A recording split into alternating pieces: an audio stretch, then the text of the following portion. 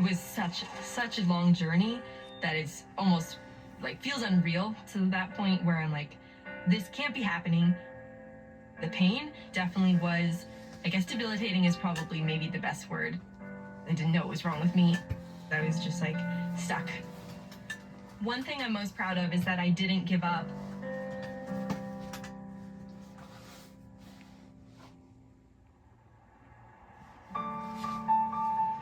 Born and raised in Steamboat Springs, Colorado, Sydney Barbier was on skis as soon as she could walk. Come on, Indy. Go get her. Go get her. I was in a little cruisers program since I was able to be in that program, one of the youngest. It was just always part of my life. She comes from a large line of skiers. It's in her blood, it's in her family, and a big part of her life. In high school, Sydney competed in the U.S. cross-country junior nationals twice. An impressive feat, but an even bigger accomplishment given she was skiing through excruciating pain in her abdomen. I would get these like sharp, like sudden stabbing pains that I didn't, it would take me out for a little while. And the biggest thing with the pain that was confusing is it would come in episodes. Like I'd be fine one day, the next day I would be, doubled over in pain. She's still trying to go to school. She's still trying to be a kid, and she couldn't be. And she missed out on a lot of stuff. We just kept going to doctors and trying to figure things out. And then it got really hard as we couldn't figure it out, because then it became this like unknown. They just couldn't find anything. And so we just had no answers. For nearly 7 years, doctors misdiagnosed Sydney's condition. She underwent colonoscopies, a gallbladder removal, and numerous other procedures. But nothing helped with the pain. I can't even tell you how many different diets my poor daughter had to go through. All these like liquid diet, and then she's gluten-free, and then she's dairy-free, and then she's like, which was never even the issue. A lot of doctors asked me to keep a pain journal, like actually what was happening when it was happening. To see the words that I used was like, I can't do this anymore. I don't know what to do. Nothing will help me. No one can help me. There was points where I was like, I don't want to see another doctor. I don't want to see another specialist. I'll just be done and live with it. But that's when, also my mom was like, no, you can't do that. You can't live that way. In college, Sydney earned a spot on the ski team at the University of Denver, double majoring in environmental science and music. When the pain seemed overwhelming, the viola provided an outlet. It was nice to have something that was separate from my world of skiing, when sometimes I felt like a failure, or I was letting the team down, or I was letting my coaches down, or I was letting the teammates down, and I could be like, okay, I still have music. It's really hard when you're in so much pain and people to understand. So I think she just held it all in, but she was able to get it out in her music. Finally, in December of 2023, a visit to the Cleveland Clinic changed Sydney's life. By the time patients come and see me, just like Sydney, they've already been through a lot of investigations, a lot of sometimes even unnecessary procedures. When she came to see me, she was like, I want to get back to my life. I want to be able to do the things I wanted to do, or were able to do in the past. Doctors diagnosed Sydney with Nutcracker syndrome, a rare condition that suppresses the renal vein, affecting how blood is drained from the kidney. She faced one more surgery, a first of its kind in the world, and one she hoped would be her last. At that point, I think I was, desperate, maybe is the right word, to have that done, but also extremely terrified to have another surgery. That was the hardest part. We'd get our hope up, I didn't know what we were doing. I just knew she couldn't live like this anymore. The surgery was a success. As a senior, Sydney competed without abdominal pain for the first time since she was a freshman in high school. Obviously, so happy that I found an answer. It did feel a little bit validating to be like, okay, it wasn't because I was eating gluten and not eating healthy or being too stressed and doing too many things. The validation was pretty great to have. In June, Sydney graduated with a 4.0 GPA and finished her career with 8 top 20 results in her conference. What I learned from Sydney is that you can do everything you want to do. You can have the biggest wall in front of you, but you can just keep pushing and nothing can stop you. She went through hell. It was horrible, and I have no words. I have no words for how proud I am of her. biggest thing that I am proud of is that I had, the motivation to keep advocating for myself, and the fact that I didn't give up despite everything that seemed to be against me at the time.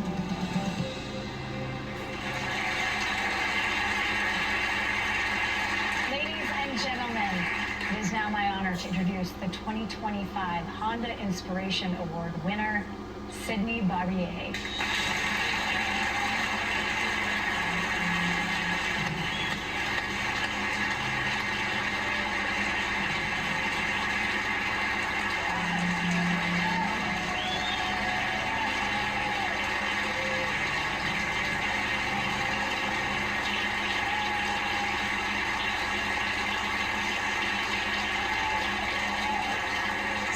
To start with your senior season, hitting the slopes pain-free for the first time after all of those years of physical and emotional struggle. Describe that moment for us.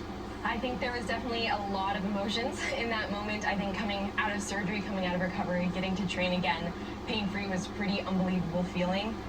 Knowing I was validated and that I was going to be okay and could get back. I unfortunately did tear my labrum in my hip and wasn't completely pain-free in that regard, but I decided to keep going through my season and finish every race the best I could. Knowing what was wrong with me was also an amazing feeling. And I think getting to have that support from my teammates and getting my senior season, cheering everyone on and getting to actually cross that line, knowing I had a great future ahead of me that I wasn't going to have to hide anymore. Absolutely. You talked about your teammates. Well, your coaches and your family are here tonight. They've skied this long trail with you. What would you like to say to them? Yes, both. Yeah, my mom and dad are both here with me today. I think the biggest thing is obviously a thank you to my mom, who was the biggest supporter through all of this. It was a very long journey, and a lot of times I wanted to give up. I did not want to go see that another doctor. I didn't want the other surgery, but she was the one who told me, you can't live like this. Obviously, no one wants their child in pain. And I think I have to thank her for that. Obviously, my dad as well. Obviously, for me, skiing was the big thing in my life that kept me going. And I think also having my head coach Rogan here, he took me on the team even after a gallbladder removal surgery and still this unknown chronic illness. And I think him still believing in me was huge in my life, and being able to stay on the team no matter what the results were. Awesome and well said. Sydney, thank you for inspiring all of us here this evening. Thank You're an you so much. inspiration to all of us, people watching at home as well. We are so close to announcing the next Collegiate Woman Athlete of the Year, but first, our group of 12 Honda Sport Award winners narrows down to 3. The announcement of the top 3 is next on the 49th Collegiate Women's Sports Awards, presented by Honda.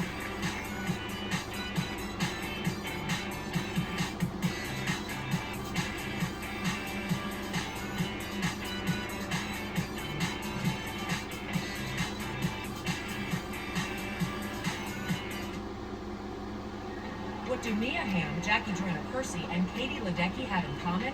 They're all winners of the Honda Cup, the most prestigious of the Collegiate Women's Sports Awards. Since 1976, CWSA has recognized and celebrated the best female athletes in the nation, alongside our partner, Honda. And just like the athletes we celebrate, we stand out. We recognize D1, D2, and D3 because excellence knows no division. To see this year's honorees, go to CollegiateWomenSportsAwards.com. Feel the power of Austin Biflex. Taken every day, it's clinically shown to improve joint comfort in 7 days with significant improvement over time. Now, try new advanced omega-3 joint complex.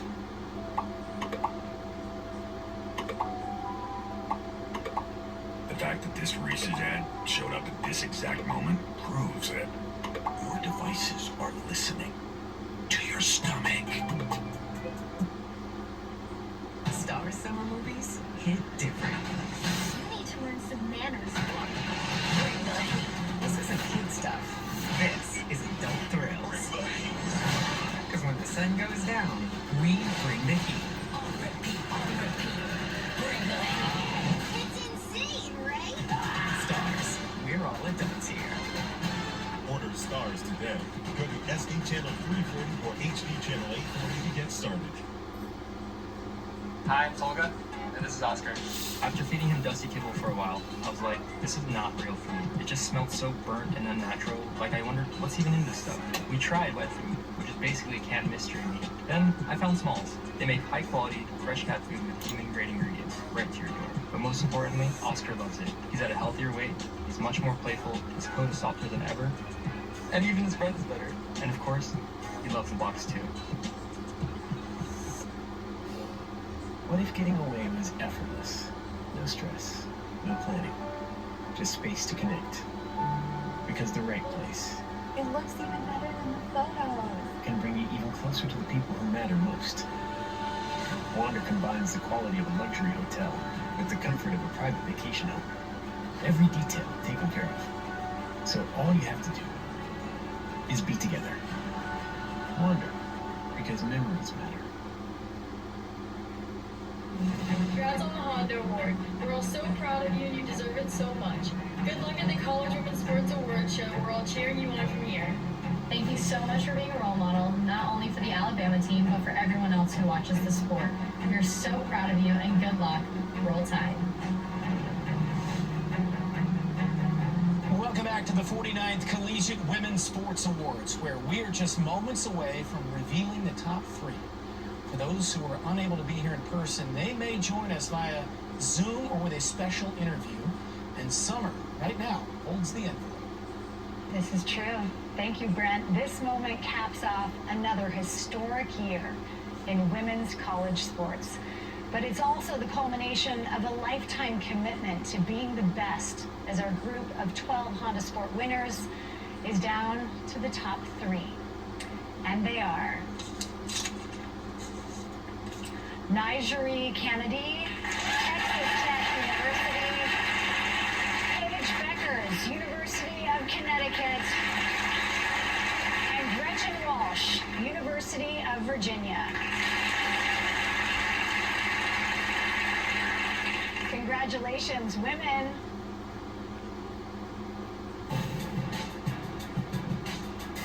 Gretchen would be the first Cavalier to win the Cup since 1991. Paige would be the 5th UConn basketball player to win it. And Nigeri would be the first Texas Tech athlete to be named Collegiate Women Athlete of the Year. What a phenomenal trio of athletes to represent the class of 2025. Let's send it over to Brent. Okay. Nigeri, you were in this very spot last year with a chance to join the likes of Lisa Fernandez and Rachel Garcia. How does it feel to possibly join such an elite group of softball legends? It feels amazing. I mean, I grew up just listening to them, and I grew up watching both of them play. So just to be even considered for the same award means a lot. Having been here now 2 years in a row, what strikes you most about the class of 2025? Honestly, I feel like just how well we got along, and just being able to bond with these girls and just hear their stories, and just be around so many people just who are just amazing at their sport. Okay, congratulations so far, and best of luck here in the final 3. Now Gretchen joins us live from Charlottesville, Virginia. Congrats, Gretchen. You've got a lot on your plate with a rigorous training schedule as you prepare for Worlds. What does a typical day in your life look like right now? Hi, Brent. Thank you so much for having me on virtually, and I'm so sad to be missing it in person. But right now, just a lot of tough training, like you were talking about, doing 4 hours a day of just grinding for this World Championships. I have a lot of goals in store for myself, so doing a lot of that, a lot of recovery, but also just enjoying Charlottesville and UPK's campus. While everyone's away, it's kind of nice to have the place to ourselves. Gretchen, 8 swimmers have won the Honda Cup over the years. We know that you would love to be the 9th and join the likes of Missy Franklin, Katie Ledecky, and Tracy Calkins. Best of luck as you have made the final 3. Thank you. It's been an incredible run for her. Paige Beckers made time, again, unable to join us in person, but I caught up with her just a little bit earlier today. Paige, you've been at the forefront of women's college basketball now for years. What's been the most rewarding part about carrying that torch, especially at a place like UConn, where the standards, as we all know, are so high? I think just being able to share my experiences with others and the relationships I've got to build, the memories, the journey of it all, like the ups and downs, and how hard you work and how much you go through with the people around you, and just be able to share that with people and share the experiences. And I feel like everything in life is about how you handle adversity and how to come back on the other side of it. It's very rewarding when you reward yourself with hard work and just a dedication and sacrifice to a lot of things. So I would say really the journey is the reward. Absolutely, very well said. You now have a chance to join a legendary line of Honda Cup winners from UConn basketball: Breanna Stewart, Maya Moore, Jennifer Rosati, Rebecca Lobo, etc., etc. What would it mean to be part of that legacy? It would mean a lot, just because those are the goats of the game. They paved the way for me and the next generation for what we want to look like as basketball players and as human beings. So to be named in that space, it's just a blessing and an honor. And it's just a true testament to everybody who's gotten me here to be in this position. And I really feel like it's just it takes a village, so it's really a team accomplishment.